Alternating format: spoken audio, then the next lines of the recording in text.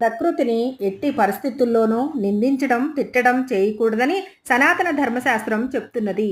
ప్రకృతికి కూడా మనసు ఉంటుందని, అది మన స్పందనలకు ప్రతిస్పందిస్తుందని చెప్తున్నారు. ప్రకృతిలో జరిగే అన్ని మార్పులు లోకక్షేమం కోసమే అని చెప్తున్నారు. సూర్యుడు ఎక్కువగా నీటిని గ్రహించి వేడిని వెదజల్లకపోతే వర్షాకాలంలో వర్షాలు కురియవు. వర్షాలు కురవకపోతే సూర్యుడి వేటికి ఉన్న నీటి వనరులు నశించిపోతాయి. పంచభూతాలు, నక్షత్రాలు, గ్రహాల వల్ల మనం అనేక ప్రయోజనాలు పొందుతున్నాము. కాబట్టి ప్రకృతి పట్ల ఎల్లప్పుడూ ఆరాధనా భావంగానే ఉండాలి. ప్రకృతి మనిషి కోసమే సృష్టించబడలేదు, సమస్త జీవరాశి కోసం అది పనిచేస్తుంది. కాబట్టి మన అవసరాలకు తగ్గట్లుగా లేదని ప్రకృతిని దూషించకూడదు. బురద అంటే మనకు అవసరం లేదు, కానీ దానిలో బ్రతికే జీవరాశికి అది అవసరం, ప్రాణాధారం.